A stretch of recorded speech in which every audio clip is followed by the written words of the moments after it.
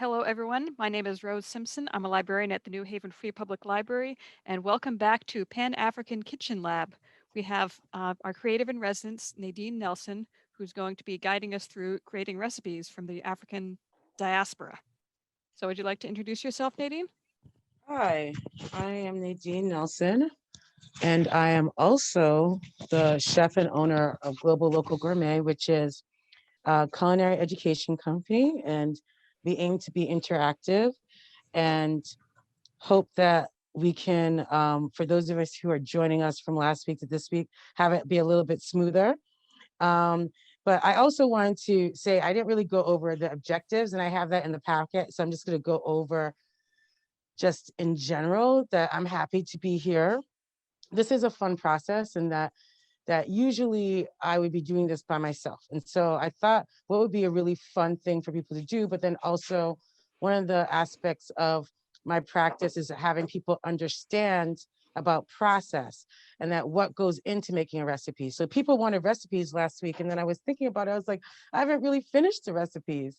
So I'd be giving you things that are half, they're ideas that we were able to finish last week, but I have around 2 more times for most of those recipes to go before I feel comfortable giving you them. Like now, the lucky gumbo, for instance, is something that I make all the time. However, I still am adapting it to be able to fit the parameters for a couple of different things. So I'm doing recipes that people need to be able to get things easily. Um, and so that the average person can be able to buy them. And then, but also I want to be able to have fun with it. So I'm doing recipes that anyone could have. I want to do recipes that you might have on a special occasion. And how can you be able to do that also? And then thinking about that for in regard to pictures, food from the African diaspora, there's not a lot of pictures that you can get stock photos for. So there's lots of different things that I'm testing. That's why I called it a lab, and it's experiments. That for this week, we're going to be making rice from the Low Country, Peru. And I tried to make a jollof rice map. It is not by any means complete, but I want to show you what are some of the ways in which, when I'm not going to be finished, because when are you ever finish, but some of the ways in which I want to play with the content and what we come up with. So it can be a story map, it can be a timeline, it can be just a straight article with pictures, but there's so many different ways now with content, and that with foods from the African diaspora, it doesn't have the same breadth of people looking at it the same way that French food has in the past, or Italian or Chinese or even Mexican. And so I wanted to be able to hopefully inspire and empower people in any way that you want, whether you want to learn how to be able to do these things at home, whether some of you are cooking teachers or chefs and you want to be able to, add this to your recipe repertoire, whether you're just a regular person who is interested in food that you've never learned before. So I just wanted to tell you that in 2 hours, I really, from each section of the diaspora that we're studying, there's but so much I can do, and I'm just giving you a little bit of a taste. All right, so we're making gumbo. And so I have a heavy bottom pot. And when you're making a gumbo and you're making a roux, can you do the overhead camera, please? Yep, I've got your co-host, so you can turn that on. Okay. Also, we got a comment from someone, Barbara, who said, yes, I did receive that wonderful packet. I also found harissa in my local shop, right? And I'm munching on carrot dip as we speak. I love it. Oh, so you made the carrot dip. Mm-hmm. Also, someone else said they need permission to access the slideshow. I posted the link, but I guess you have permissions turned off. Okay. I thought that if you had the link that you could use it. So when you're making a roux, typically you do half flour, half oil. Right, and then you want to turn it on low.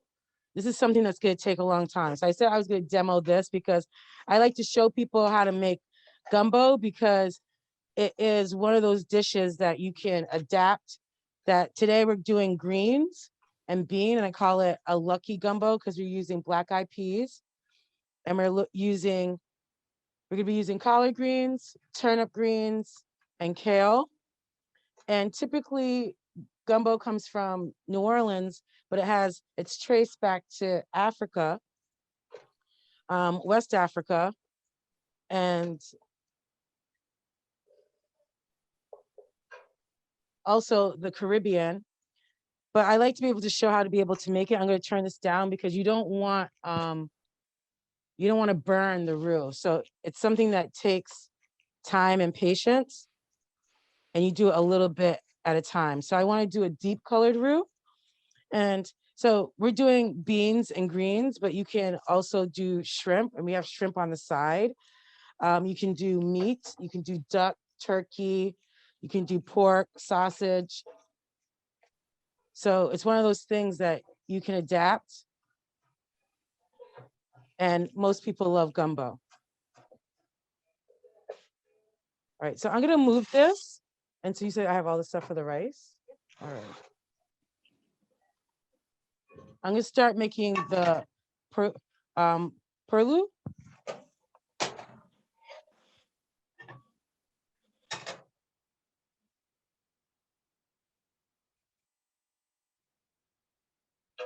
So I'm just gonna be turning that around slowly so it doesn't burn.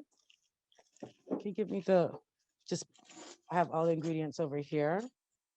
Thank you. You know what, let me do this in the back so then I can switch this back and forth.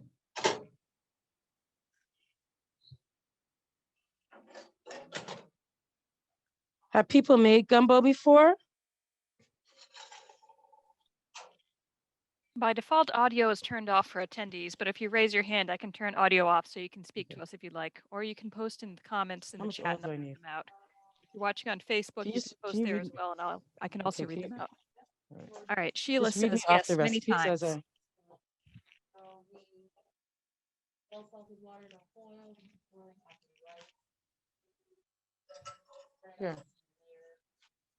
Here, do you want to get that ready for me? Yeah, the boiling water, and then I'll start it after that. And Barbara says never, but I've enjoyed it several times in New Orleans. Susan also says yes. Yeah, so it's one of those things that you can use things that you already have in your house, and it stretches a long way. So I like it. And on Facebook, Pem says, I have not made gumbo, but I'm looking forward to trying it. So thank you for joining us, Pem. Julia says, yes, I've made gumbo. All right.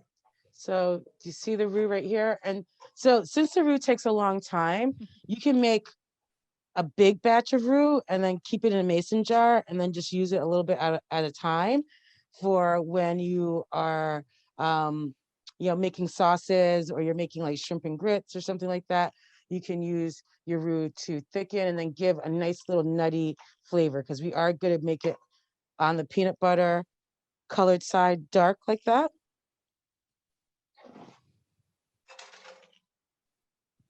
All right, so here.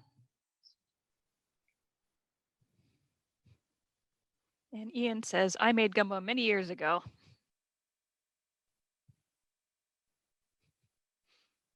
Well, the Super Bowl just Mm-hmm. happened. Mm-hmm. It's one of those things that's fun to make. All right, so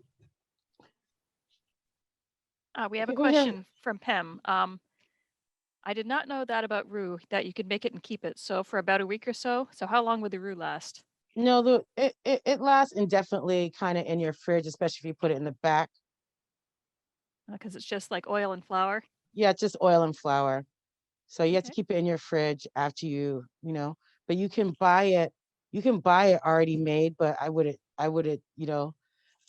I'm not from New Orleans or from Louisiana, or I mean, gumbo is also kind of something that is not only just regional to Louisiana. There's different ways of making gumbo, depending on where you are. And even in Louisiana, there's some people who put tomatoes in there. There's some people who don't. So I'm not going to go over the whole history. I did put links for people if you want to read more about it and understand like all the connections from, Africa, the Caribbean. If you use filet powder, it's like that's from the Choctaw Indians. It's like Cajun Creole. So there's a lot of things that are going on, but it is an African derived dish. And in Africa, they have like okra is called ikumbo in one of the languages there. And so I was saying last week that also you have callaloo and different things that in all the different parts of the African diaspora that are similar to a gumbo pot. Can I get the oil? A little bit of oil.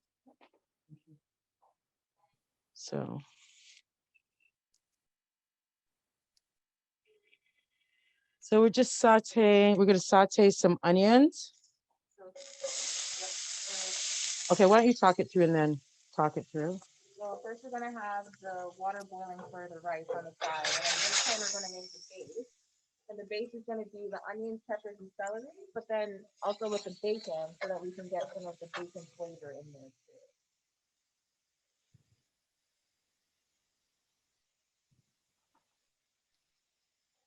So in especially Southern cuisine, a lot of people call this the Holy Trinity.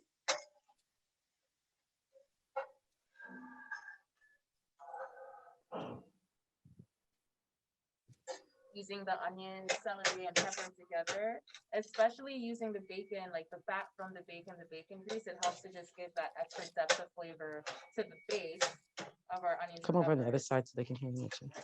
Hi everyone.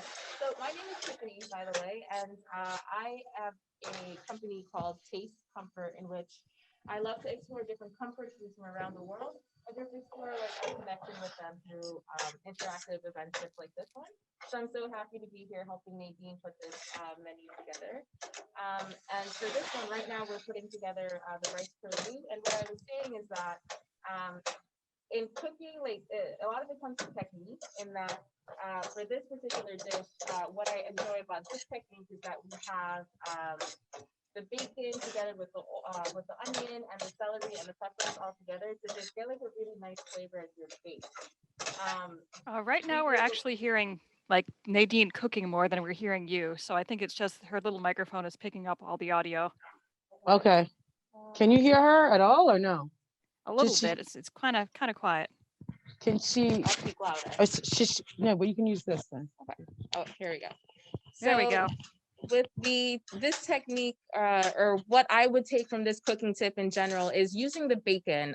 Bacon releases a lot of fat or oil, and it also just has a lot of flavor and a little bit of salt in there. So using this to spice your onions and your peppers and your carrots, or whatever your mix happens to be of vegetables, I think is just a really good usage, or a really good fun fact to incorporate in cooking to give yourself the ultimate amount of flavor for a simple dish like rice perlou. And so rice pulu, you have. So we're talking about the African American diaspora, and we're saying that when they brought the enslaved here to America in bondage, a lot of people feel that oh, it was like kind of random the kind of people that want to do that for me. Um, the people that they brought, but many of the people were brought here because they had skills that were be able to be used in like the Low Country, to be able to that similar topography that they had from their homelands, they'd be able to do the same thing, grow rice um, in that region, which was hard to be able to do, but because they had already perfected that where they came from off the coast of West Africa, they were targeted to be able to do that here in America. Also, people had the foresight to be able within their hair and their braids to put seeds. So you have black eyed peas. Some people debate whether collard greens comes from Africa or from the Europe or from even like the South, but they brought seeds of the foods that they were eating, and they were able to grow them many times in a kitchen garden that was in addition to all the tasks that they had to do for their plantations or their masters. And so I like to be able to give homage to, oftentimes you look at the food of Black people here in America. It's like, look, using the leftovers as a bad thing, but people were ingenious. All these people were in kitchens, cooking, and um, provide the foundation of American food in many ways. And I think that that's really important to acknowledge, because it's not something that in the food world that is acknowledged many times. I didn't know that Africa brought over a lot of different cooking techniques, such as like boiling their food was something that African brought over. Even roasting, like sort of braising meat, was an African technique that was brought over too. And that's a lot of, if you go on a lot of recipe websites today, that's often a part of the instructions. So, like you said, just kind of knowing where these things come from is really important. I think this is done for Soleil. In the oven, I have a sweet potato that I am baking for the dip, which is very simple. And so we'll play with plating.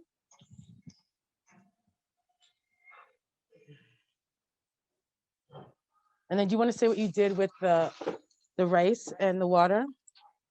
So for the rice that I have going on over here, what I did was I got the water boiling, and then I added the rice into like the boiling water, and it's just gonna cook for about 10 minutes or so until the rice is tender, and then we're gonna drain it, all the extra water if there's any, and then add it to our the carrot onion mixture that we just prepared. Do you want to put the cover on there or no?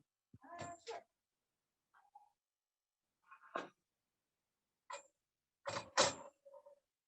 And then Tiffany, you know what, take that out actually. And then, yeah, thank you.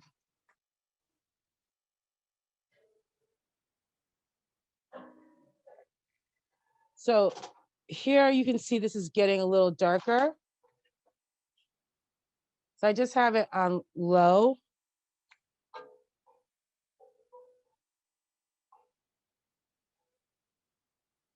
I'm going to turn this down in the front a little bit too.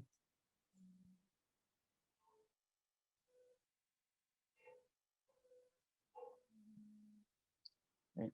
So, oh yeah, so I'm going to talk about that. So I use Carolina Gold rice, right? So it has really kind of nice nutty kind of flavor, and if you can, it's usually you can get it in a regular supermarket, maybe not a smaller one, but Carolina Gold, a brand that is from North Carolina, is Anson Mills, and you can get at a normal sized supermarket, usually them, or you can go online. But also Carolina Gold is a type of rice, just like basmati, just like jasmine. And so it has a nice little nutty flavor, and then it's also kind of shelly too. Yeah, it is available. Thank you, Susan. So I think that right now we have time to do my the PowerPoint.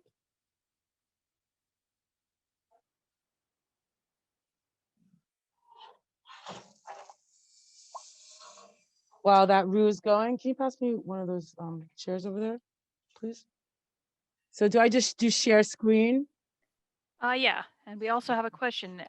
Any special kind of oil you use? Carolina Gold is carried at ShopRite. That's the type I use. Yep.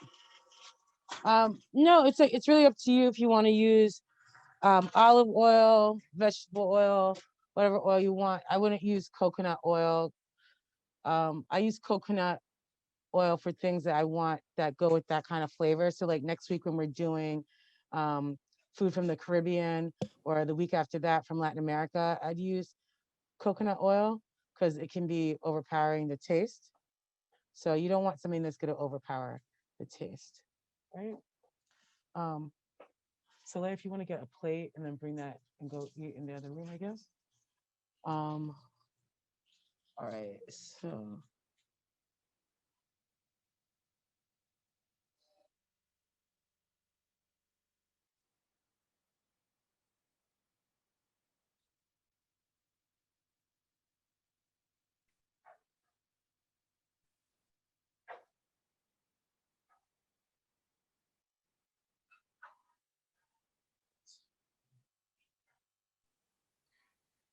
all right.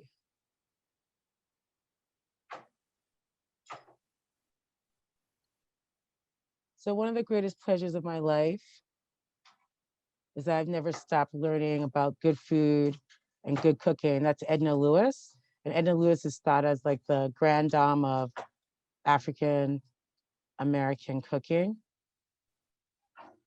In her book just hit 25 years for the anniversary. It's pretty well known. Yeah. So I have in the final packet, I have a list of a bibliography of different um, cookbooks, all different types of like, seminal cookbooks. So, people from the African diaspora that have written, like, I don't know if people know, like Michael Twitty, he has a new book coming out. We're making rice on rice, but he had a book called The Cooking Gene, and he won the James Beard Award last year for that, where he talks about African American food and makes the connections between Africa and the South and all of that. There's Tony Tita Martin that has Jubilee. There's Jessica B. Harris, who has written about all different types of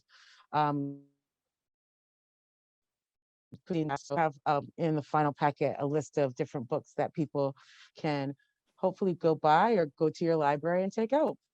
So this is like the whole philosophy about losing the means to cook and understanding that, that people have succumbed to convenience food. And, one of my missions is to show people about foods from their cultures and connecting people to food from all different cultures so people can feel inspired to cook for themselves. Right. I went over this last week, but other things like understanding that a lot of people don't know about food from the African diaspora, and often they think that it's quote unquote bad, it's not healthy for you. But not only does it bring people together and it's a way to connect people to their culture, it also is food that, if you look at it historically and look at our ancestral diets, that it is actually very healthy. So we started the journey in the continent last week and primarily looked at foods where I talked about primarily about foods from West Africa, although we did cook food from the from North Africa, East Africa, and West Africa. However, we're talking about the African American food from the African American diaspora. And as I say to people being Jamaican, yes, I am Jamaican, but I do come from Africa. And so making sure that we understand that legacy and that many of the connections between Africa, whether it be the kind of foods that we eat or how we prepare them, we are very much still connected. I went over this last week, but I just wanted to keep it in there just to show like all the different ways that we're looking at black eyed peas today. When we're making our gumbo, I love black eyed peas because people usually only have them on New Year's and make Hoppin' John, but there's so many ways in which you can make them. Like in the South, Texas down there, they make a black eyed pea caviar. Here we have the red from Nigeria, Ghana, and we have Hoppin' John right here. We have curry black eyed peas right here, and then also, in Nigeria, they make a fritter, and also in Brazil. So there are many ways in which we can see the connections from the diaspora. And I did create a map that shows where jollof rice comes from. And this rice that we're making is like a cousin of that rice. So how we eat informs, what our food story is. And like for me, like I'm a chef and I'm a teacher, but I oftentimes work with people who like with health plans. And so it's really important that I look at, my background. I grew up 7-day Adventists, and 7-day Adventists, many of them are vegan and vegetarian. And so that even though I don't only eat plant-based. That has informed who I am. I am a writer, curriculum developer, educator. And so there's many ways in which you can educate. You know, it's not only just doing interactive cooking class, but writing, taking pictures, making, you know, I'm really into how you can remix information. So doing story maps, doing and being able to in the future take people, for instance, and put it in a map that people can go to. Um, Other, I'm just curious and love really good food, and I want to show people how to eat healthy and still find joy in their food. So as I said, uh, Global Local Gourmet is a roving community supported kitchen, and we hope to empower people from showing food through interactive education. These are many different ways in which we do that. And Bryant Terry is he is a famous African American chef that grew up in Memphis, and he is plant-based. And many of his books, he has a book out, The Vegetable Bible, I believe, right out that came out last year. Um, but I'm forgetting the names of his books, but you can look them up. They're really good. He's come to New Haven, and we produced with Yale a really great program called Feast of the Future um, with him. And but what I love about his philosophy is like, and what I try and do, oops, is bring schools, faith communities, hospitals, libraries, organizations to be instrumental in showing people how to eat and educate people about sustainable food. So that is a video that I am not going to show, but I hope that you do watch it because it has a really good framework about GMOs, and then how like in our communities, you know, like there's soda and all these different foods that, you know, disconnect us from foods from our culture. And so in addition to the necessity for life, food serves as an unparalleled means through which to study the formation of identity within and between socio-cultural groups. The embodied practices associated with cooking and the effect of taste as both a deeply individual and social experience bind groups together through space and time. Food and foodways transcend cultural and religious barriers. Since trade throughout time has made many ingredients accessible for all. Further, the movement of foodstuffs and dishes has long been accompanied with the movement of people. Urban centers are filled with restaurants and world cuisines, and food therefore often serves as one's first glimpse into foreign culture.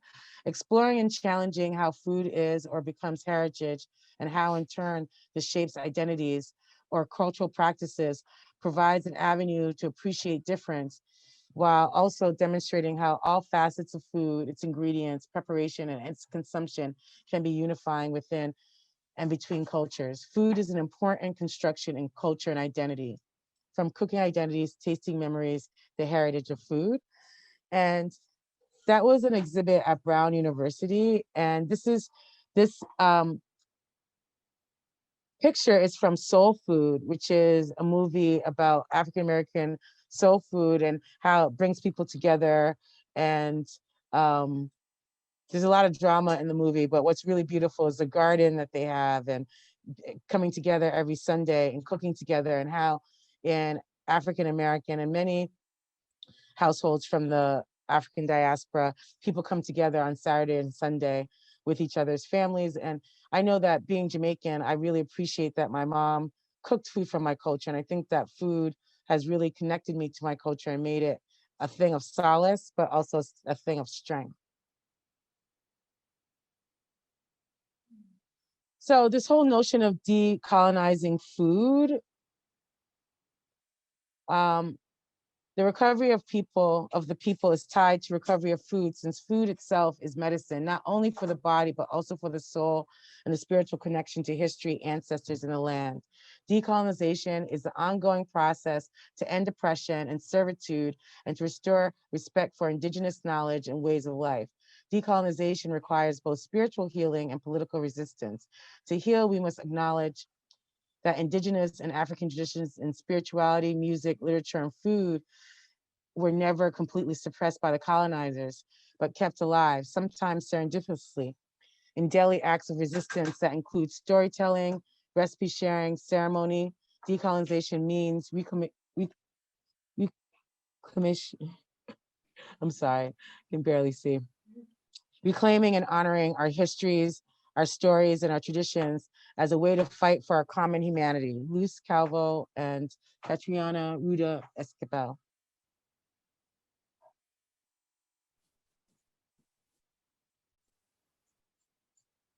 All right, so when I work with people, like, and people ask me to come up with different recipes, I ask them, like, who you're serving, what is their cultural background. So I know how to be able to, create recipes that are, their objective might be healthy, but I'm like, I can make recipes that are healthy, but people, it doesn't connect with them in their culture, they're not going to make them. So it's really important to understand in regard to culture that there's things that you can see, but there are things that you don't see. And oftentimes people don't put into account what people are going through in order to serve people, what are things that are less visible and that you might not have access to because you're not from that culture, and you should ask.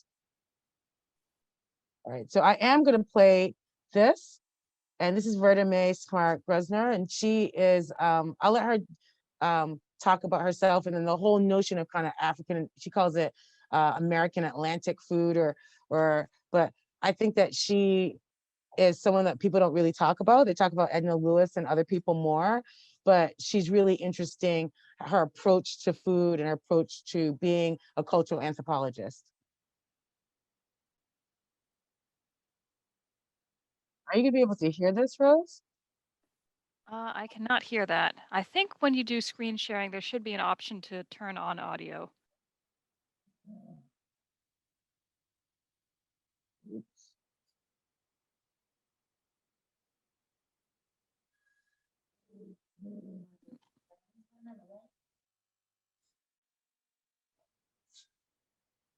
Share sound Where is it? on the bottom. Okay. Yep. Okay. Dr. Verda Smart Now Grosvenor can was hear it. born in the Okay, 1930s great. and has both All lived right, and so I'm gonna leave observed that changes in on for African you American guys. culture for All decades. right, I can hear it. You've heard her voice I'm in just gonna NPR, step perhaps out seen her for on 8 minutes. PBS, and perhaps tried a recipe out of her seminal book, Vibration Cooking. She's in New Mexico this week as part of Black History Month, and NMIF correspondent Tracy Dingman caught up with her. I want to ask you about the term a culinary griot. You're the only person who I've ever heard described as that. Can you explain I named what that myself. means? Good. Can you explain what that means? Yeah, well, before I was a culinary griot, I was a culinary anthropologist, of which there are a few. But the anthropologist was added on there because studied the history of what I was studying and looking at all the time was the influence of Africa in the melting pot, the taste of Africa in the melting pot. And then I found out the more and my style of writing is, I don't know how to just make a statement. I have to tell a little story. And that's where the word And griot so comes the in. griot came in, that and I means decided to storyteller. change it. And it was right after I became Dr. Grosvenor, Doctor of Humane Letters, or as my grandson asked me, are there inhumane letters? Inhumane letters. I don't know, but I thought griot would talk about that because that's what I do more than just in being. If I was an anthropologist, I'd just be turning in papers that documented what I said. But I mean, I thought that might work for another 20 years. I was 20 years an anthropologist, 40 years. Because the book is 40 years old. Right, and that certainly did seem to work for you. The storytelling, the very colorful depiction, and almost autobiographical in some sense. Yeah. With your book Vibration Cooking, the travel notes of a Geechee girl. Right. That was the book that you wrote in 1970. Was published in 1970, yes. Yeah, and that was a book that really put you on the map and really established you as a culinary griot. There was a time when we were talking about how, oh, so-and-so's got good vibrations or so-and-so doesn't have good, and vibration just was a form of cookery that's been around. I mean, it's not that you don't measure because you don't care, but after a while, they didn't learn to cook by a book and they gave you a quarter cup of this and that. You had to learn another way, and so I would say I cook by vibrations, and I meant not so much. After a while, you do have to learn scientifically.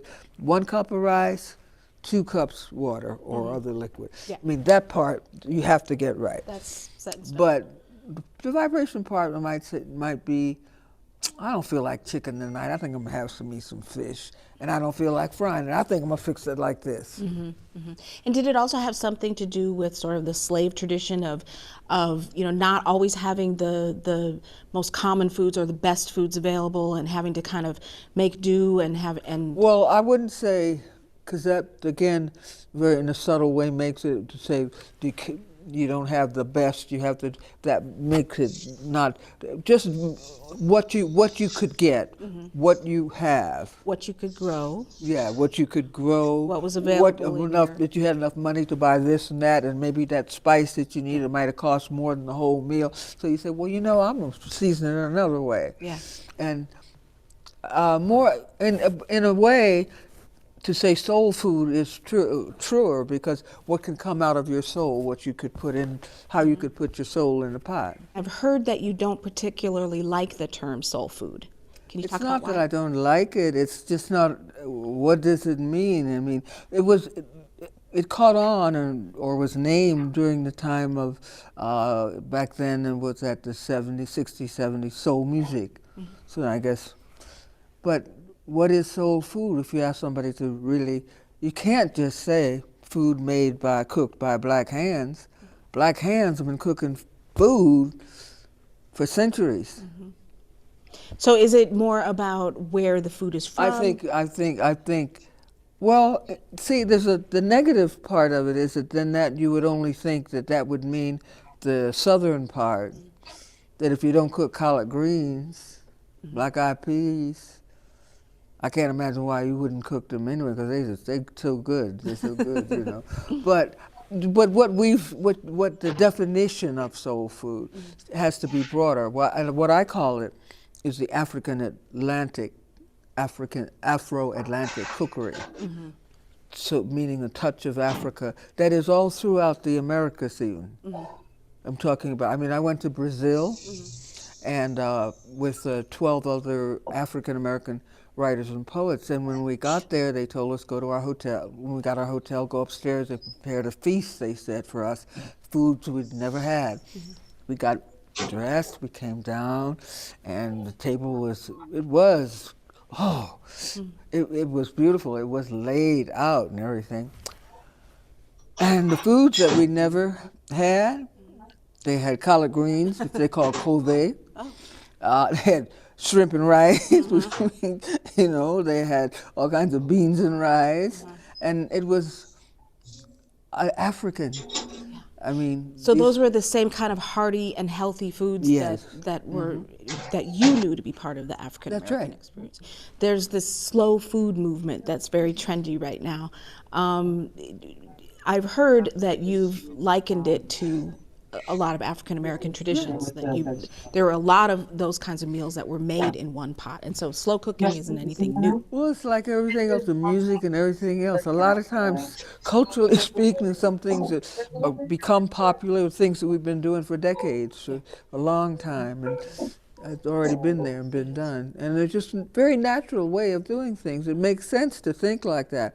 I'm not going to be able to get so-and-so, so I'm just going to use this, or I won't use anything. Now, I know that this is not your first time in New Mexico.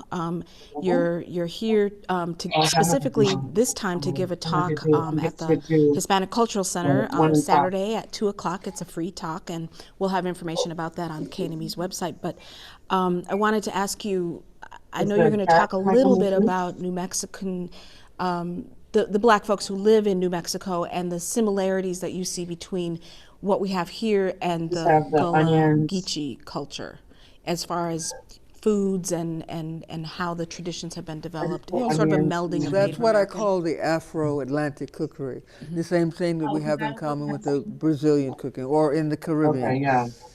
You go to Bahamas and you eat what, like peas and rice, and you eat a lot of fish, and they call it a different thing, but it tastes the same. I mean, after a while, there's only a certain number of things you can do to anything: rice, fish, whatever, except chicken. Seems to me, chicken you can do still 1,000 ways. Yeah. But yeah, that's what I want to talk about. That after a while, it just becomes very natural. That after a while, that there are things that just that particular food, you can't make it delicious. You can't make it work if you use if you cook it a certain way.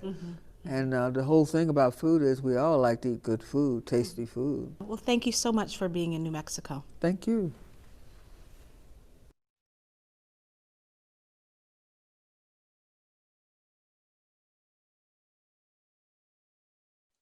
All right, Nadine, we had a comment that they Dr. could hear the Vertime kitchen as Smart well. Grosvenor was So born I in the muted you for now. 1930s and has both lived and observed changes in African American culture for decades. And the video is replaying. You've heard her voice in NPR, perhaps seen her on PBS, and perhaps tried a recipe out of her seminal book, Vibration Cooking.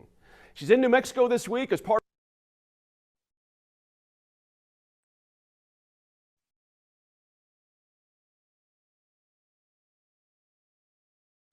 All right, so Nadine, if you missed when I said someone commented that they could hear the kitchen as well as the video, so I muted you, so you just need to unmute yourself.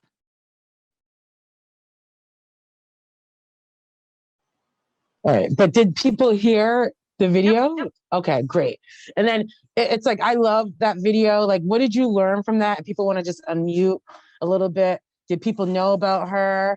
You know, vibration cooking. So that's my whole thing. Like when people are like, oh, recipe, it's like, no one's grandmother cooked by a recipe. They cook by the vibrations, you know? So I want you to feel connected to food. So what do people feel about that if people don't mind?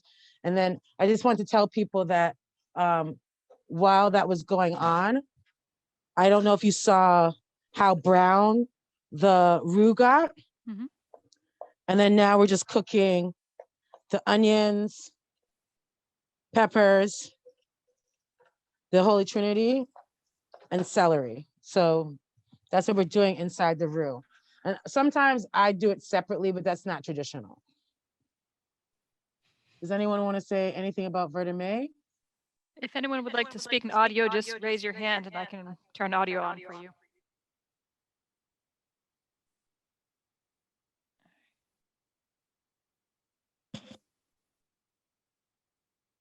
Maria and someone else raised their hand, Rose. Barbara? Mhm. Hi. Yeah. Thank you for sharing with us. Nadine, there's an echo. You may need to back away a little. Okay. All right. Thank you. Also. I was on. There's an echo. I don't know why. Still an echo. So like, can you see, there's still echo? They're saying that there's an echo.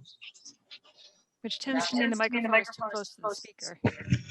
All right. Because someone else isn't muted, so if someone else is talking to me. So everyone has to be muted. Oh, well, okay. You have to be muted. Okay. Okay, go ahead, Maria.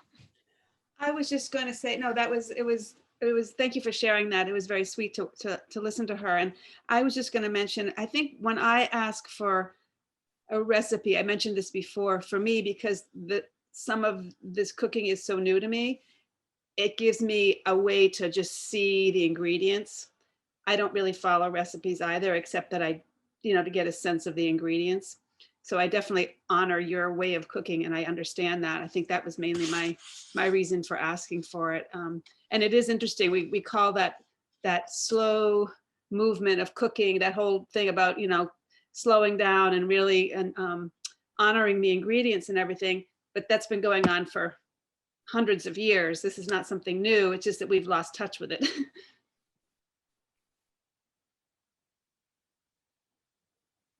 That's all. Thank you for sharing that. There was someone else who had their hand up. Do you want to talk? Yes, can you hear me? Okay. She very much reminded me of when I was younger, my grandmother would try to teach me how to cook.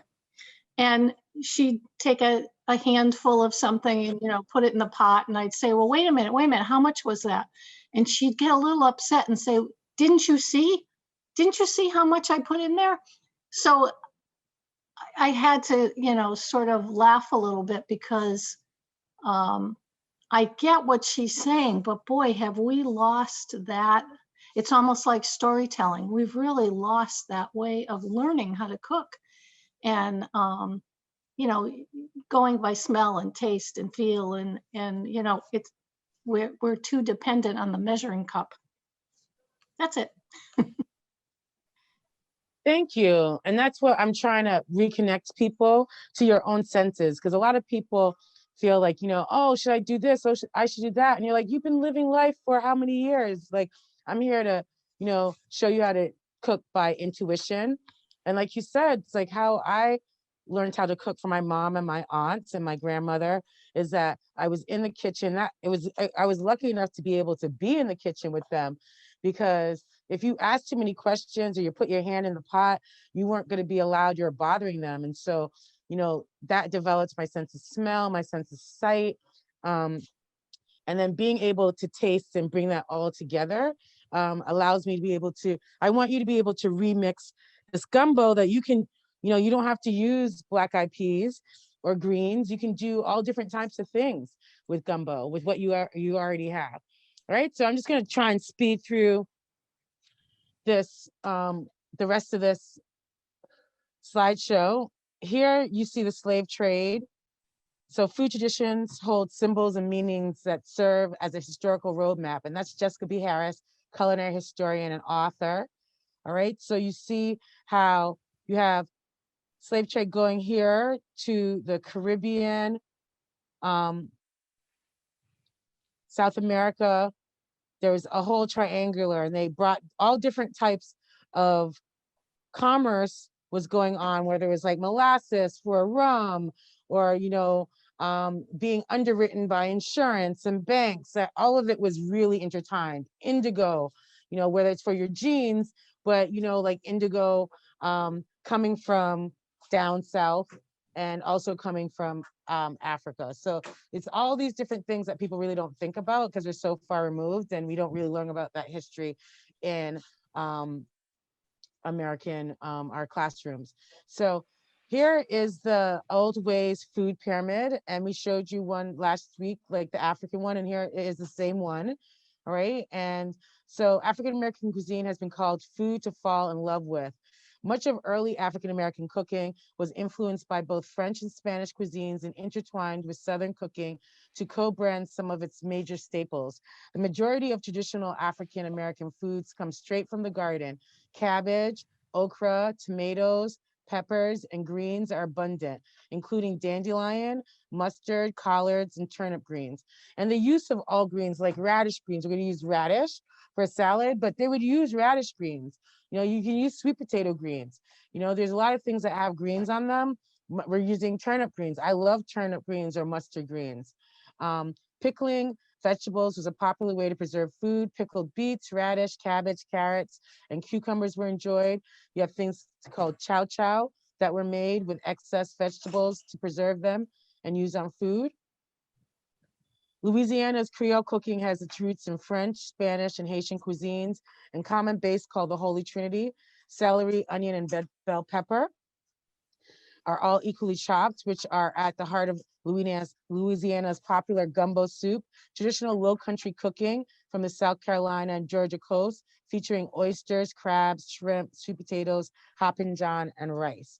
So we are making gumbo from Louisiana, and then we're making the pilau that is from the low country, which is, Savannah, Charleston, those are the cities, but then you go into Georgia, New Brunswick, all those type of coastal areas where they have a really strong connection in the way that people speak. If you listen to Daughters of the Dust, they have like a Caribbean lilt that is like connected to the West African languages that people who study languages have shown those connections. And so because in the Low Country they were so separated from the mainland, a lot of those traditions from Africa are still within those cultures.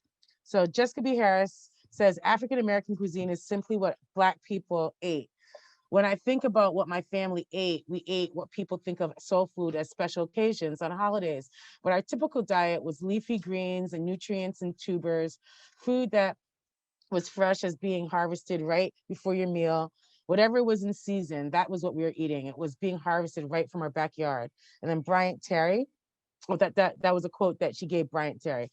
And then heritage food, this is J.J. Johnson and another author named Alexander Smalls. They wrote a book and talked about heritage foods, African heritage foods, bring together everyone we've developed a passion for, everything that we've developed a passion for: sustainability, farm to table, eating local, and thinking global. It's the kind of food you once could expect to eat only in someone's home, a foodway that reflects the depths and breadth of the African diaspora. And so that is what I try and have people understand, that when people say, oh, Black people don't eat healthy, I'm like, well, I grew up eating healthy, and so many people that I know, I asked in my cooking classes, for instance, does everyone have someone that still gardens in their family? And everyone still has someone that gardens in their family. And so we're still connected to our ancestors. And I want to really be able to promote that. So here's the African American pantry. Beans, canned crab, salmon, cornmeal, frozen shrimp, mayo, mustard, grits, rice, peanuts, vinegar. Seasonings: Cajun seasoning, hot sauce, garlic powder, onion powder, paprika, mustard. We have chow chow. Chow chow is like a little pickled condiment using excess vegetables. Fresh ingredients you can see, and then some healthy dishes: baked Cajun chicken, collard ramen, curry chicken salad and cucumber boats, baked green tomatoes, Hoppin' John, lucky gumbo, greens, grilled and roasted okra, red beans and rice, rainbow coleslaw.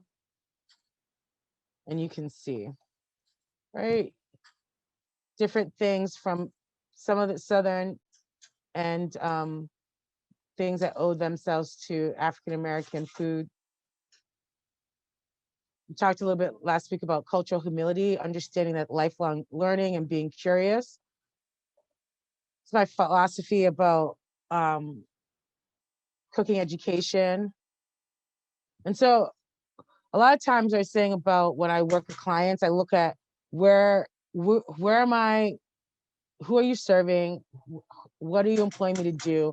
And I look at, okay, if I am going to be working with a population that is Chinese, I'm not going to, I use the example when I worked with Cooking Matters, which is a program, a national program that does cooking education. And I was working with, in Chinatown in Boston, with a Mandarin Cantonese group. And so they have a recipe for cornflakes baked chicken, which is a healthy way to make, fried chicken. But I'm like, these people don't eat cornflakes. And so like, you don't want to do a recipe for someone where it doesn't think about what their culture is, and that you can have healthy foods within their culture and their flavor profiles. Right? So each culture, you have different flavor profiles. And so you also think about where food comes from to make a cuisine. And if we had more time, I would engage you in ways in which I work with clients to empower them. But I just want to show people that. And so we went over these things last week with African food. So each week we'll go over like how you boost your flavor. And so we have, and I'll take the camera there afterwards, but I have a bunch of different Cajun seasonings, Creole seasonings. And I put sofrito and adobo in there because I think that in many, especially urban centers, if you live in New York or, New Haven, that side by side in a place like, Fairhaven or the Ville, they're going to be African-American people, but within my family, I have Puerto Rican and Dominican people. And so I feel like in a lot of ways, like lemon pepper seasoning, like back in the day, you might not see that, but I feel like it's part of the African diaspora here in America, at least now. And I have a little picture right here, kind of funny picture about Larry's season so, and there is an essay that people want to, if you want to read, but in many African American households, Larry's is like the quintessential spice. All right, so making vegetables a star. So you can have grilled vegetables, you can have, greens with no meat, but just having a little bit of meat, or using turkey instead of ham hocks and a lot of fat. You can make, this is a kale Caesar salad, a rainbow cabbage salad, like trying to put as many colors in there. Here's grilled okra. Fried okra definitely tastes delicious, but you can grill okra. You can make baked tomatoes, green fried tomatoes, you know, roasting vegetables. This is pumpkin, this is the chow chow that people use as a condiment. And another kind of relish made with vegetables. And so back in the day, people would make pickles and, be able to preserve their harvest in order to be able to eat it all year long. Changing the way you think about meat, instead of having meat as a center, having a meat sauce or a Brunswick stew that has more vegetables, a chili that has more vegetables, stuffing your fish with vegetables, making kebabs with vegetables, stuffing vegetables with less meat in them, and not having that be a focus. Oh, this is jambalaya that has been made with vegetables right here. And then again, just having vegetables, your collard greens with just a little bit of meat. And then looking at rice, like here we're making a pilau with white rice, but then you can also, there's Carolina brown rice, so that might be something that you want to, introduce, or eating lots of different beans. This is red beans and rice, hopping john, grits. Here, just finding more ways to eat food, like looking at sweet potatoes and putting, I make a mustard green pesto, and it's really good, and so finding new ways in which to do greens, like doing a Caesar salad, like with collard greens and massaging them and breaking them down. My family really likes a winter Caesar salad, and I use collard greens and kale and cabbages that are all healthy. Stuffing a sweet potato instead of stuffing a white potato, it's better for you. So these are all ways in which you can introduce to people to eat more whole foods into their diet. Here is like enjoying mashes and medleys. We have eggplant campanata that in many places, like in New Orleans, it's like you have Creole eggplant, a Southern dish, cabbage and sausage, red beans and rice, gumbo, crab boil. These are all things that you can add vegetables to. Stewed collard greens, not collard greens, stewed okra with tomatoes. So these are all different ideas that I work with dietitians and stuff to be able, when people say, oh, like food is not healthy. Yeah, there's lots of ways in foods are healthy, but then you can also give people ideas on how they can make their food even healthier. So these are, looking at these foods like fried chicken and okra and macaroni and cheese. These are celebratory foods. They're not foods that you're supposed to eat every day. When you go down south and you see all these fried chicken restaurants, you're like, there's over 12 chains. And you're like, people, how often are you eating at these restaurants in order to keep them in business? And so you're not saying you can't eat fried chicken. You're saying that you should eat less of it, or at least try and make it baked if you can, if you're going to have it on a more regular basis. And that celebratory foods can look like this and be really healthy. So that's salmon and rice, and then Brussels sprouts. Drinks like drinking sweet tea, putting more cinnamon, using agave, or using an alternative sweetener. Here, this is like turmeric and lemon, introducing those ideas. This is watermelon juice. So making your own juice, making your own smoothies, eating more fruit in general, grilling fruit, making a fruit salad. We're gonna make a salad with watermelon and radish. So, so family support and food fellowship. Food is meant to be shared, and so is good health. Think of your dinner table as a healing table, a place where people come to share beautiful, fresh foods and reinforce a long, happy, and healthy life. If you really want to make a friend, go to someone's house and eat with them. The people who give you their food give you their heart. So it always comes down to being inclusive. Food justice is justice for all of us. We all have to eat. And this is a question I wanted to ask. And if we have time, we can watch this a little bit later. I think that's it. All right, we had a comment in the chat. I don't eat bacon, so I use toasted sesame oil as a vegetarian substitute. Great. And then also, you can, if you want that flavor, that smoky flavor, you can use, smoked paprika, or you can use liquid smoke also. Okay, Rose, how do we get this off of seeing all my? Let's see, you should be able to stop the, let's see.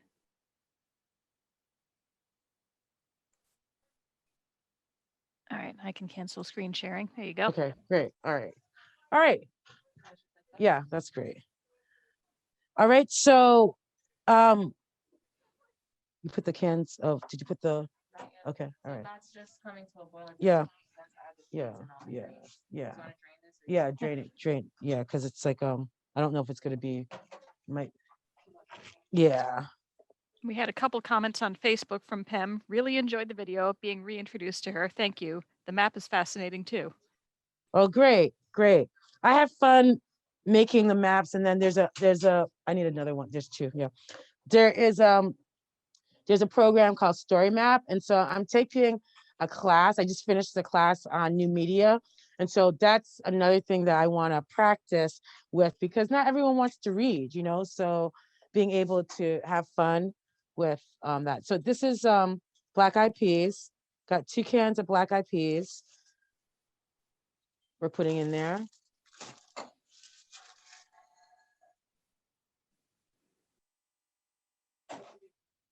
And then no, it's all right. And then in the recipe, it says for you to and that's why I'm going to change the recipe, because I have like a bunch of different recipes, and I show you where I'm getting my inspiration from.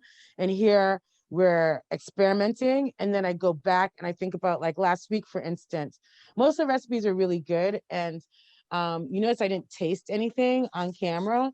So that was another thing. It's like, I can't give you the recipes. I didn't taste anything on camera. I had to taste off camera. So it says for you to boil the greens beforehand. And in the traditional gumbo desserts, which there is a video that I have in your notes with Dookie Chase. And if you're gonna, make gumbo, watch that. It's like, she does gumbo 101, and she's called the queen of, you know, Queen of Gumbo, or, like, New Orleans cuisine. She just died. She was a matriarch in New Orleans, and so many famous people went to her restaurant. She, her restaurant survived Katrina and, like, all the things that have gone on in New Orleans. And but she's Queen of Gumbo, and so it's around 10 minutes, that video, but it's a wonderful video that you should watch. Traditionally, you're supposed to cook the greens beforehand. This is where, like I say, like, I don't like my vegetables cooked down. And so you cook the greens, and then you blend them, and then you put them back in the gumbo pot. I don't do it like that. Usually when I eat greens, I put things in at the end, like gumbo, okra. So okra can be used to thicken, so can filet, and then our root, so there's different ways in which you can thicken up a gumbo. What I'll do, this is boiled, all right, and see, it's like kind of thick, and then I'll just put the greens in there. Yeah, so they're not overcooked. So, but it's really up to you what you want to do. It's your own personal preference. So right here, these are turnip greens. They can be hard to get, but in New Haven has a lot of people from the South based on the Great Migration. And so you can get mustard and turnip greens usually if you go to the shop early. If you're having trouble finding them, if you have a good Asian market, you should be able to find mustard or turnip greens there also. All right, this is kale. So that's the gumbo right here. If you want to, you can put sausage, chicken, shrimp. We're gonna do shrimp on the side. But I make a lot of really good fixings. And in my notes for next week, I'll show you how I serve this and have a gumbo party. And the the middle of collard greens or the stems, I cut those up and I pickle them. And they're really good for a little crunch on different things, like on beans and rice, on gumbo at the end. But you can have bacon bits, you can have meat, pork or sausage, traditional andouille sausage like that from the South. Or if you want to, if you're eating meat or whatever, you can just put it inside here and have it all together. All right, so I would just turn this off because things cook for 5-10 minutes afterwards. And I really don't want my greens this is something that it tastes better the day after. But I don't want it to be like all cooked to death. All right, but it is your personal preference. We've got a comment from Susan. Greens almost always available at Edge of the Woods. And Yep. Jamie says, pickling the stems is such a great idea.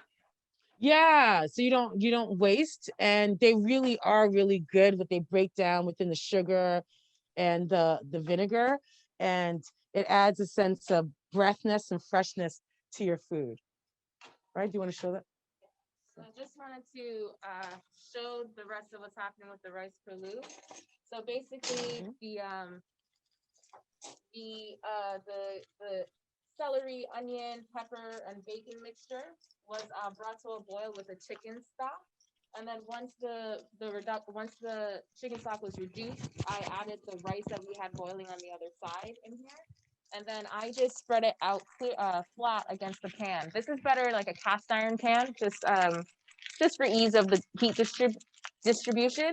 However, the way that we finish off the perlu is that we leave it all level out on the pan, and then you have it cook on a low heat or in the oven, so you get a nice crisp around the edges with the rice, and you get a nice crust. And it's important not to stir the pan too much at this point so that it doesn't interrupt the crisping process. All right, because you're basing, like, in many parts of the world, like where the jollof rice, it's like, I don't know what they call it in, Nigeria or wherever, but, a lot of people, they fight for the crust, on the rice and peas. There are people, I don't like the crust, but there's people that they will fight for the crust. Yeah. The same thing where it's like called a perlu, that it comes from Persia, like the derivative of Persia. And so their pilau, or a biryani, like people fight for the crust. Yeah. So people are basing how good your rice is By based that on crust. the Yeah. crust, and if it goes all along it and you don't burn it. It's just like with the roux, you have to be very, very patient and careful. Very popular with Caribbean things too. So like I have Puerto Rican in my family, and like it's called pegao, where you get like the crust of the rice underneath there too, which I'm sure we'll go over next week as well. Right? Got a comment. Same thing with polenta. So I guess polenta can also be used to form a crust. Yep. And then this is also popular. I think it's Turkey, if I'm not mistaken. I forget the name, what they call it, but I know it's a really big deal there too, where you get like the crust of the rice on the bottom. Right. So see there how the roux not only gives it color, but it gives it that nice nutty flavor. And as I said, you have to be very, very careful, because I kind of forgot about it on the back, but I had it on so low that it didn't burn, because you don't want it to burn, because you can taste the difference. And that makes a really good gumbo, to have that sense of nuttiness from your roux. All right. So you have everything. I'll do the sweet potato, sweetie. If you want to give me the mix, not the mix, you can put it inside there, because Question sweet from potato. Susan. Yeah. Have spices been added to either of these? No, I'm gonna put Cajun seasoning in the gumbo in the back, and salt, but there's parsley, there's thyme, there's bay leaf, there's paprika, there's garlic, there's onion. So I just have to put a little bit of Cajun seasoning. And I don't know if you saw, like, in one of the slides, it separated Cajun seasoning that can also be Creole, but you know, a lot of things that are used in African American to season are like paprika, onion powder, garlic powder, thyme. It might be a little bit of oregano, salt. So if you have those things, then you can make your own Cajun seasoning, you know? So those are the things that I want people to understand, that you might not have Cajun seasoning where you are, but you can make it if you have all those individual ingredients. Good. So this could be that, yeah. And then the cream cheese and the Cajun seasoning.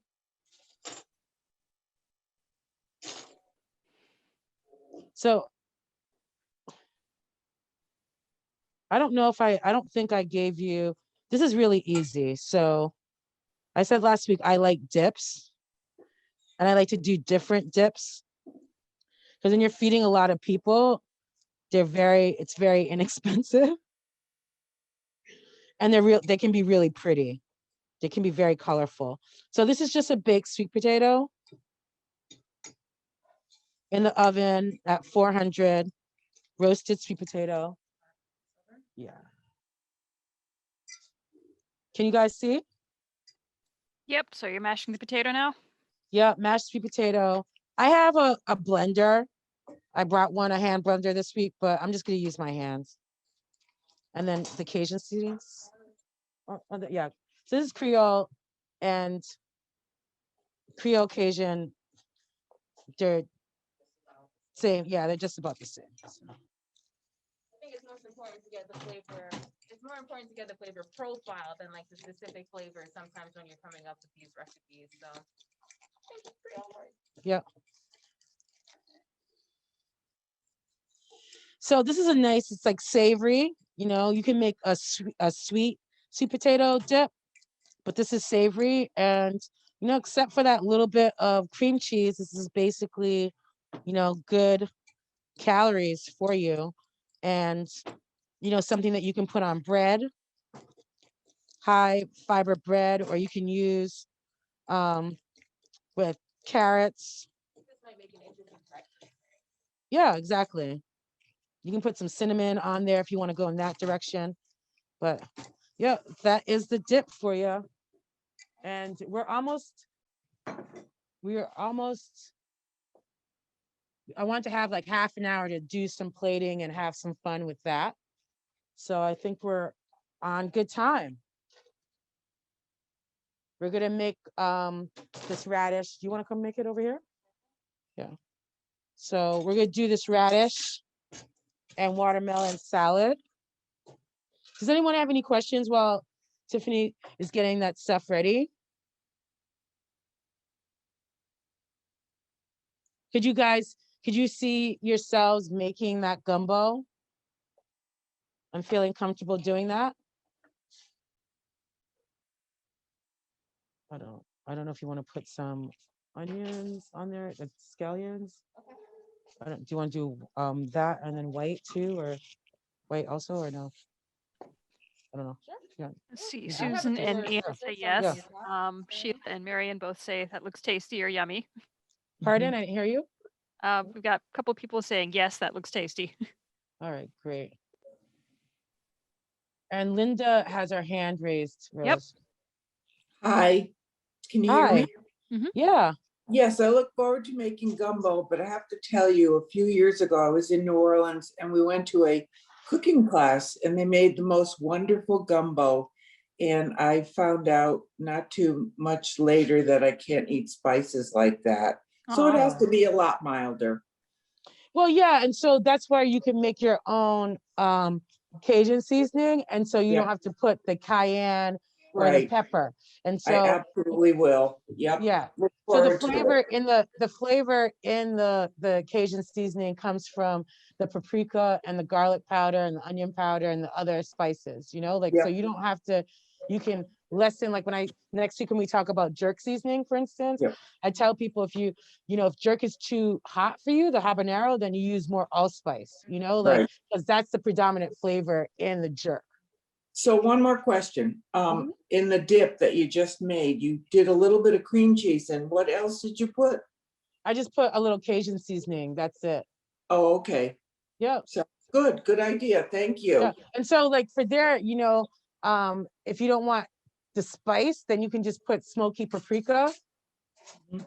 and Okay. it'll give that kind of flavor that I'm going for. I'm going for like a smoky sweet potato dip. Great, thank you. All right. So right now, Tiffany's going to plate. She's gonna do the radish and watermelon salad. And so that might seem like a weird combination to people, but I think that radishes have gone out of favor.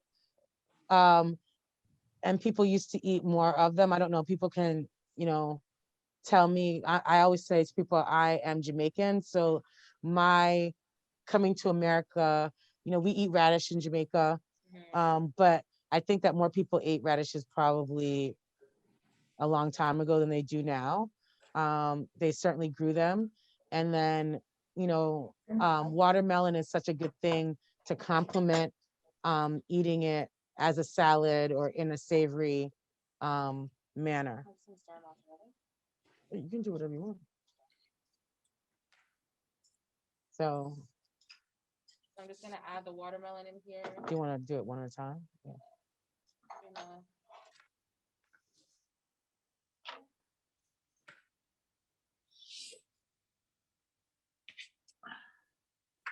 Do people like watermelons with seeds or no seeds? There's a debate, like here in New Haven, people, or in New York, for instance, people love, and in Boston, people organize big truckloads of watermelons that come from the South that have seeds in them, because it's so hard to find watermelon that doesn't have seeds.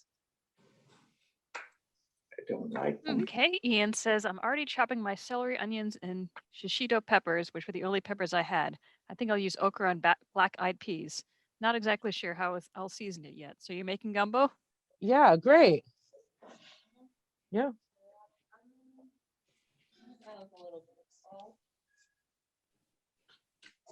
And then the dressing for this is just honey, lemon juice, and I think it's like honey and lemon juice, right? Yeah, I think it's just honey and lemon juice. And I brought honey. I brought honey from a garden that I work with in Harlem. I haven't been there. I've only been once during the pandemic. It's called Project Harmony in Harlem. They have a website, but it's a beautiful garden if you ever have the chance to go. It's on 122nd Street between 7th and 8th. And they have their own beehives and they make their own honey. And in the spring, they have mulberry trees. So they make mulberry jam and mulberry chutney. And it is a kind of, I call it like a fairy garden. They do grow food, but it's more like a sit down and retreat. And when it's really hot in New York, it's really great to go there. And it's a garden that is open to the public. Many of the gardens are closed, but it is a garden that's open. It has chickens and everything. But this is where I have my honey from them. I'm lucky I have a lot of people who are beekeepers. I have another friend that sent honey from Maryland, that their husband is a beekeeper, and having honey from someone that you know is obviously really great. It's really wonderful to have a beehive and support that, because bees make sure that we can eat and they pollinate and all that kind of stuff. And so yeah, having that vegetable garden. So it's really good if you can support your local beekeepers, your local honey. And although it might be more expensive, it is totally worth it. And it's really great for your immune system, building up your immune system. And there's just so many things you can use honey for, whether it's cooking or medicine or just as a sweet treat. Why not? So for the dressing, I went ahead and I mixed some lemon juice. I even took some of the watermelon juice that I had and the honey, just stirred it all together, added a little bit of salt and the scallion just to give it a little extra brightness. And then I'll just coat it over this salad. And there you go. Yeah, so Susan said that radishes are super easy to grow, and there are many varieties that are less spicy than traditional red radish if folks don't like them too spicy. And so that is very true. And And then also, you can roast radishes. You can cut them up and put them on butter sandwiches. You can grate them and put them in a chopped salad and have them be a really nice kind of bitter note to something, and complement, just like this, is the sweetness of the watermelon is going to counter the bitterness of the radish. And when you have usually things that are bitter, they clean out, they're detoxing, and they're usually like cleaning out your liver, and they're things that are really good for you. And like our ancestors, that's how they ate. Next week we'll talk about, like, I used to have a washout like every season. Like my mom, yeah, my mom would have different herbs, but my African American friends, especially if they went down south, they would do the same thing. And so they would have these different herbs that that would make you have a date with the bathroom, and like really like clean you out. But these are the folk wisdom that our ancestors had before, and just up until recently. Like my mom didn't do this with my brothers. My brothers are like 15 years younger than I am, but I'm 50 and she didn't do that with me. And I think it's something that people should really kind of consider, being more connected to, like having a tea garden, making tinctures, all that kind of stuff. Those are things that our grandparents did all the time. And even since you were talking about the garden earlier, like something that could be a sort of introductory garden that you get into. Growing vegetables and fruits are really difficult, but herbs are they're a little bit easier or a little bit less complex. So if that's an awesome way to kind of get into cooking by developing your own herbs that you like. Also with tea, like chamomile, they're pretty flowers that are like awesome in your garden. Lavender is also something that you can, grow but dry and then use as tea as well. Roses, Yeah. as long as they're not sprayed. Right. And then also along like there's other various herbs that you can use that you might not think of but are actually really good for you. Something like Visi tea is something that I've had a lot, and it's actually just a bush that you can grow very easily, but it's a blood detoxifier. Like, there's awesome plants that we have all around us. And, that's one way to get into gardening versus just fruits and vegetables, which can seem daunting to some. Usually, and lettuces, you can do them hydroponically inside if you want to, and you can have them growing usually between 0 and 30 days. So for those people who want to see something like immediately, it's something that you can do, and it's great to do if you have kids, grandkids, your little friends. It's really great for them to be able to see, like, look, you can make something so fast and so easily. Where are we gonna take pictures? Are we over here? Okay. All right, so we're setting up stuff to be able to take pictures. We have some time to be able to have some fun. I am gonna try and taste some of this food because I know I didn't put any salt in the gumbo, so that has to happen. So just bear with us as we get everything ready. I guess I'm not gonna do the, should I do the okra? Yeah, why don't you do the okra while I get Okay. ready? All right. So I'll start doing the okra, and the okra, I'm gonna do a version where I fry some, and then I do a version where I bake some. And deliver the recipes, I'll probably be a baked version, but then like fried okra is always good too.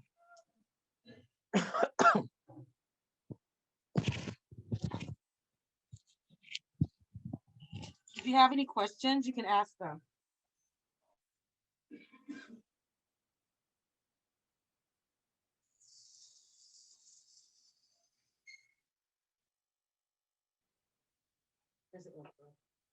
Right here. How many people like okra or don't like okra? Because a lot of people do not like okra. I have to say, okra is never really my favorite until I started grilling some. Grilling okra is very, very tasty. Yep, and roasting them are really good too. So, like, can you get me an egg, please?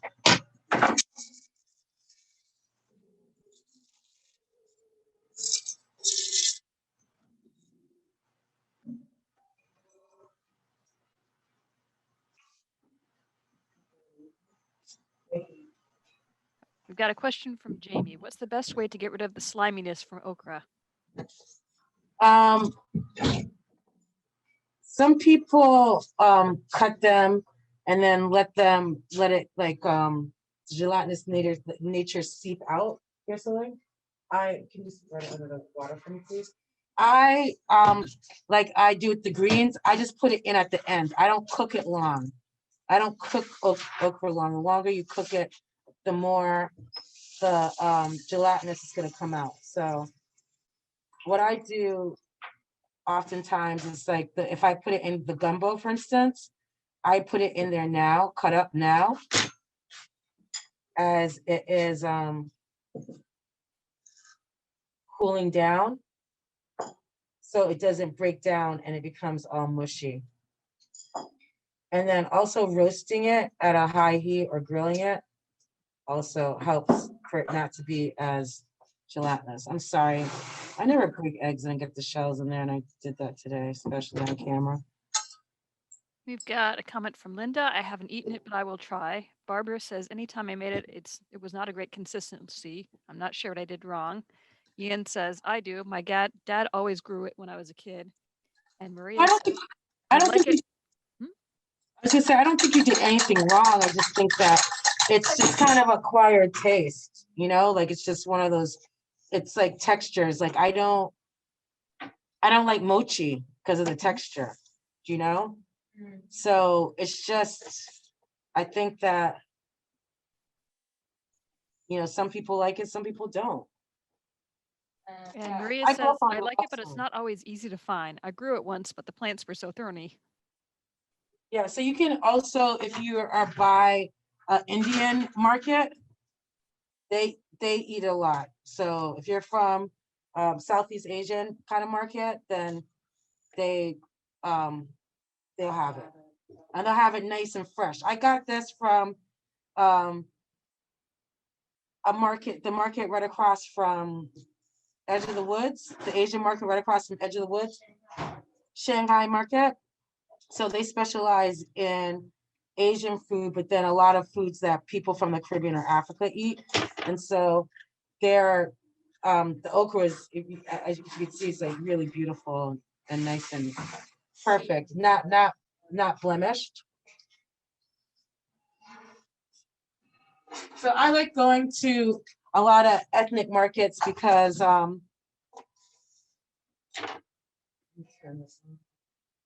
like going to a lot of ethnic markets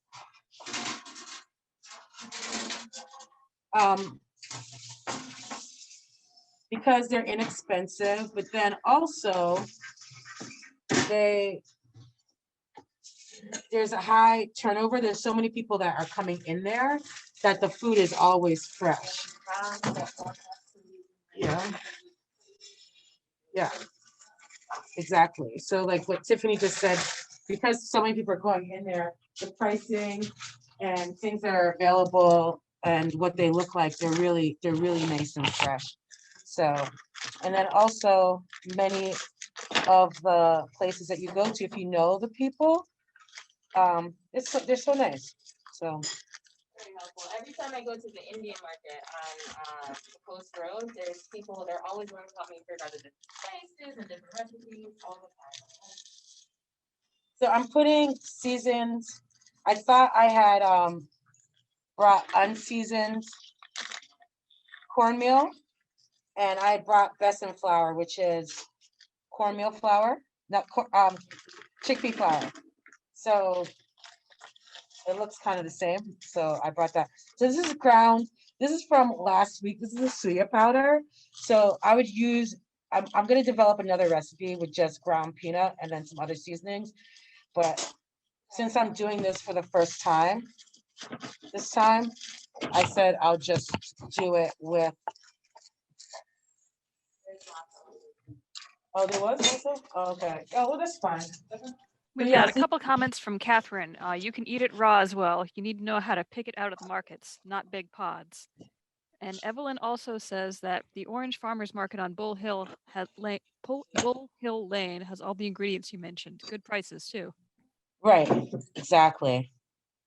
All right, so I just putting the okra in the egg. And then I'm going to put it in the breading.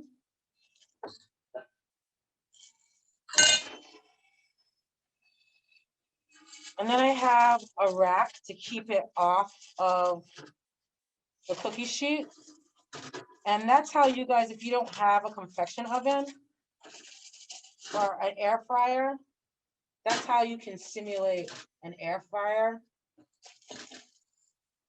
where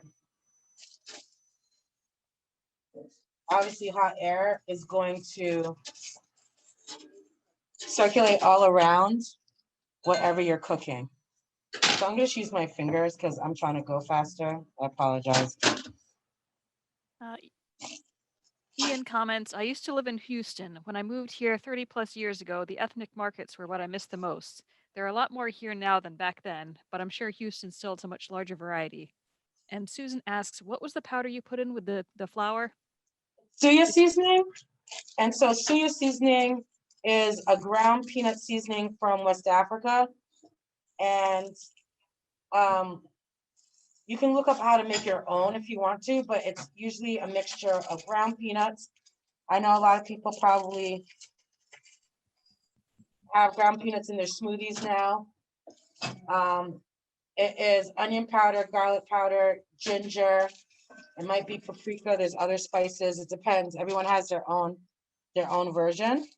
Request, could you spell that, please? I'll type it in the chat. Suya. So yes, seasoning you said it was? Yeah. And if you're gonna look up a recipe online, just look up suya powder.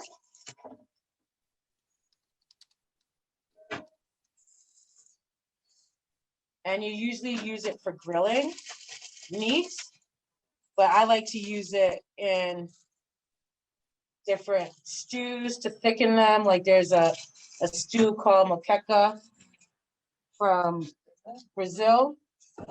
And I like to thicken up the moqueca and give it a nice little flavor that's not traditional.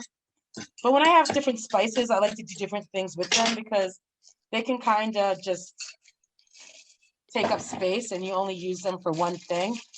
And I like to be able to use my spices for different things and not necessarily traditional applications, but it allows me to use them more frequently so they don't spoil and get dry. And not dry, yeah. But you know, like if you have something, you want to be able to use it. So I really do not like breading things. Is there any spray? Please?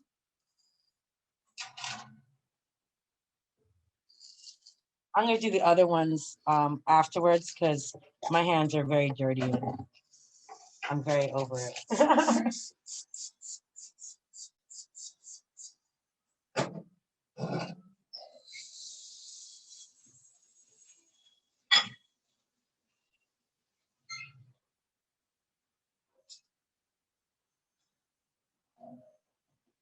So we're almost finished. So I'm gonna just put these in the oven, probably for like 25 minutes. I have it at like 450 because I want it kind of hot, and that's where I'll test out the recipe because the hotter the heat, the less likely it's gonna leak out. And then I also want to do a version where I use frozen okra and see how that turns out because that's more readily available for people. And so those are things that I test out because if you can't, so many people can't get fresh okra. So I'm gonna have to try it with the frozen okra and see how that comes out and see if I like it.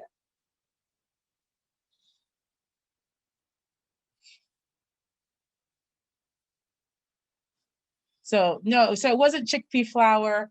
It was fish fry seasoning. And so you can get this anywhere. You know, they have like New Orleans, they have all different kind of names for them. So I use that. I didn't put any salt in there because this has enough salt. Suya powder does not have any salt usually in it.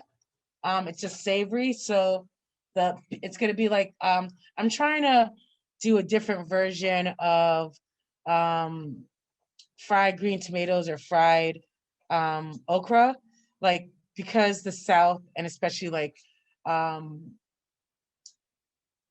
Georgia has peanuts. I'm trying to do something a little bit different with a vegetable. So that's where my idea has come from. Right? Maria said, I was going to try chickpea flour. Ha. Well, you can try chickpea flour too. Chickpea flour is a great flour. I use it a lot in vegan or plant-based cooking. You can use it to make like fake eggs. But you know, like besan flour, you can use it to make you know, you can crust different things, but then you can make bread and that kind of stuff with it too. You know, You it's a said the lighter fish fry was flour. basically seasoned cornmeal, right? Yeah, seasoned cornmeal. So plain cornmeal would work just as well, I suppose.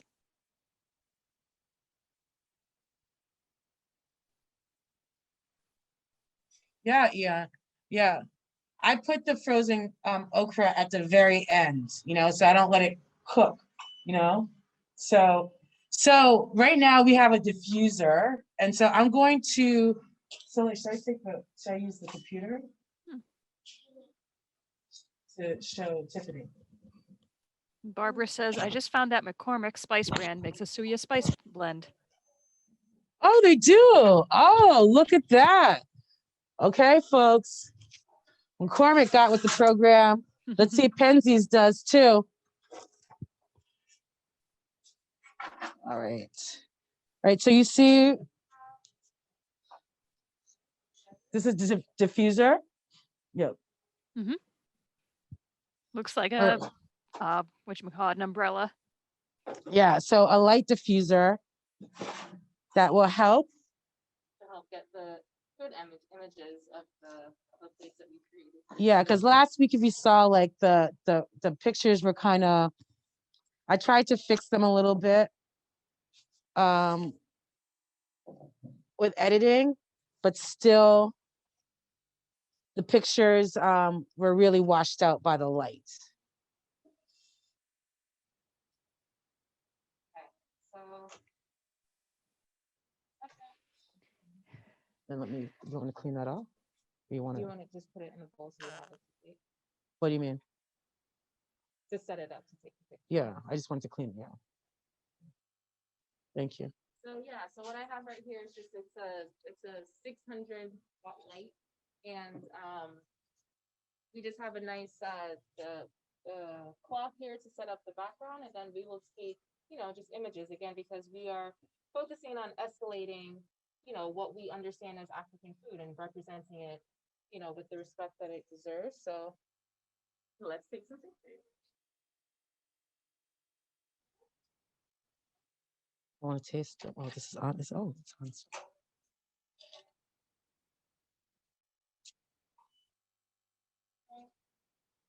Parts of taking the photos, you know, part of it is just having like a nice dish to represent the bowl itself, you know. So I have the rice, I have the rice praloo just in a nice simple bowl, stacked high. Okay, and then you can always like add garnishes and things like that to the top of it. Do you want some parsley or? Or we can always add some parsley. Here's my watermelon salad. I switched bowls and what it was in before. I switched the bowls of the watermelon salad of what it was in before just into a nice smaller bowl. And just getting the proper lighting and shot on this. All right. And then I'll be able to share these pictures with everyone afterwards once I've taken them out the camera. All right.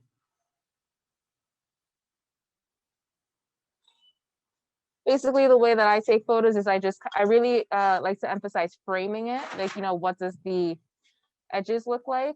And then also the detail shot, like getting it nice up and close as well. Top down tends to be really good because it's always a good representation of the image. And then to get the detail, I'll kind of come in a little bit more close up.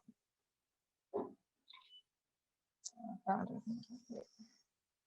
And then again, with the different shapes of the bowls and things that you use, like you can always have unique images that you're able to capture.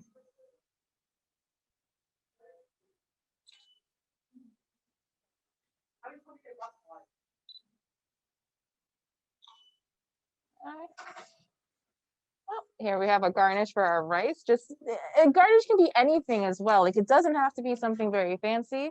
Right now we had thyme. Thyme was an ingredient in the rice. I had extra thyme, so this is what I will use to plate it, to make it look presentable. It's already a flavor that's in there. It's a look that's actually pretty nice. It's very rustic. And, you know, we're making comfort food, right? So it's not meant to be very, it's not meant to, you know, be too fancy.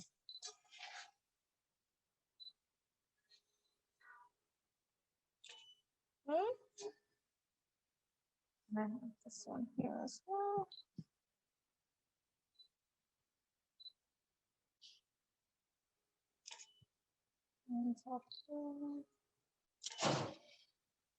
Oh. I can't tell you how good these pictures look, especially with the detail. It just makes you want to take a bite. All right, and then the only thing that we'll need at this point will be our fried okra once it's finished. Let's see if I can get a nice group picture of all of these included. That would be pretty cool. This will be like a traditional, African American dinner, right? You got gumbo, you got rice, appetizer.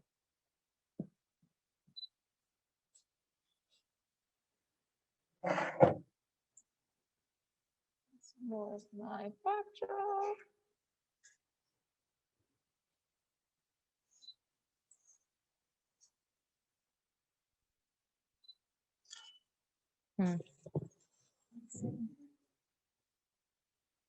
I'm going to switch these two. This top part is a little tall, so let's see if that can help me.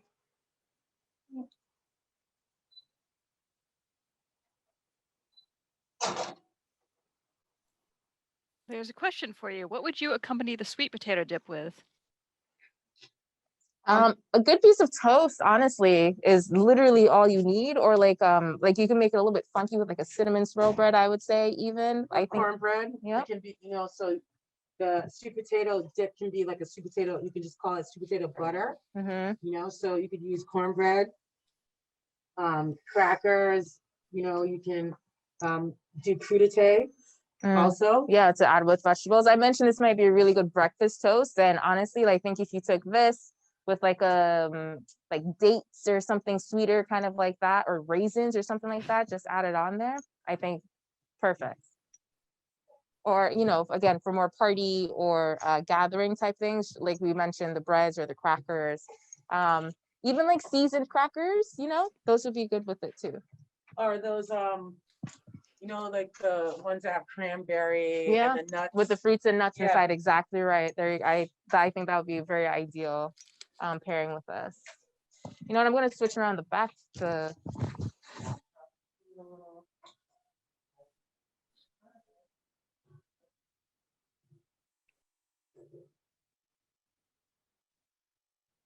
Another one? Is there a bright one? Like a bright one? So we have different class, and then next week we have some other backgrounds too, but they're in another room. But we'll bring them out and show you that, you know, you can use different backdrops with tile, you know, paper. I'm actually going to double layer this one just to give myself a bigger surface area.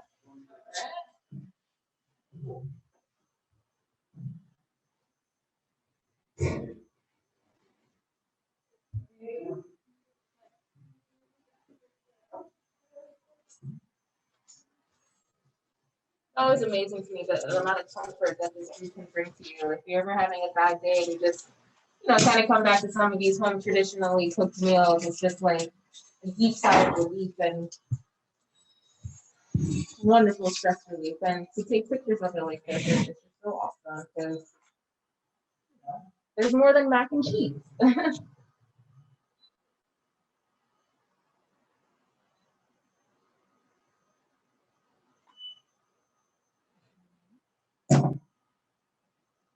Do you want me to put any, did you want me to put, what first?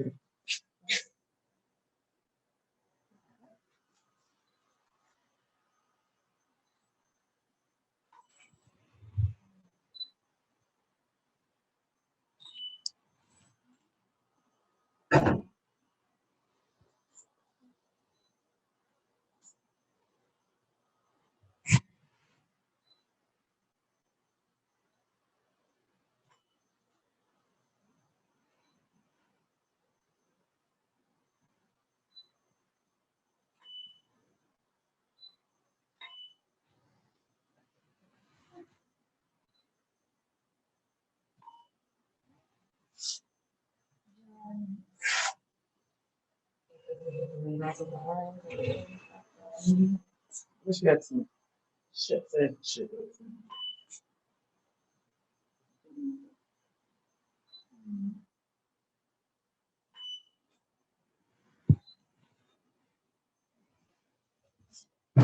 So you saw like you see like different shapes of just even a white plate that adds texture. So this is a dish from back in the day. This the dish, the purlieu is a traditional dish, but then the plate also is very traditional too. So we have 7 minutes left. Does anyone have any questions?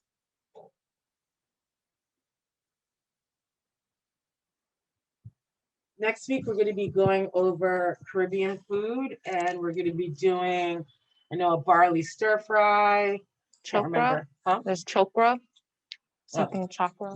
Eggplant choka. Choka. So that is from a choka is Indian, from India, and so that is from Trinidad. And so places like Trinidad and Guyana, they have around 50-50, 60-40 people of African descent, people from Indian descent, but Tiffany and I are from Jamaica, and Jamaica's motto is out of many, one people. Yeah. And so a lot of people don't realize that the food of Jamaica is influenced from India, influenced by China, influenced by the Middle East. And these are all people, Germans that all came to Jamaica. And so even though it's 90% people of African descent, the people that have come there have, incorporated and influenced the whole, cuisine of Jamaica. And so as many people,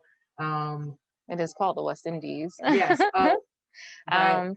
And one thing I wanted to add, just to add to your collection of books and readings for people to take a look at Africa into African American food, is High on the Hog.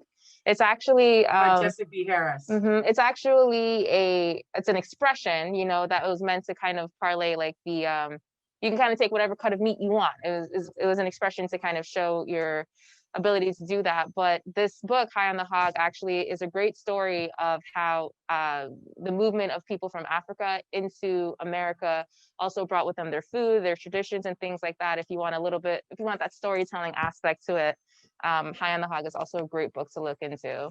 And Jessica B. Harris, there's lots of videos on YouTube in regard to her. She just came out last year with her autobiography, and she's so interesting. She grew up middle class and traveling to Paris and doing her summers in Martha's Vineyard and writing about food from the diaspora. So she's totally a person that you should check out her cookbooks, but then also check out her autobiography. And as I said, at the end, there is a list of, it's not by any means a comprehensive list of all different types of authors, but like the authors that people should really have in their libraries and to take out from the library. If you don't want to buy the book, you can always take the books out from the library before you decide to make the purchase. But African American cookbook authors, they need you, and a lot of times their books don't get into first, second, third runs, and it's really important for us to support them and to show publishers that these works are really important. So we are coming to a close. I look forward to seeing you next week. So glad that this class was a lot smoother than the first one. So thank you if you stuck with us from last week to this week. I hope that we improved, and we look forward to improving each and every week.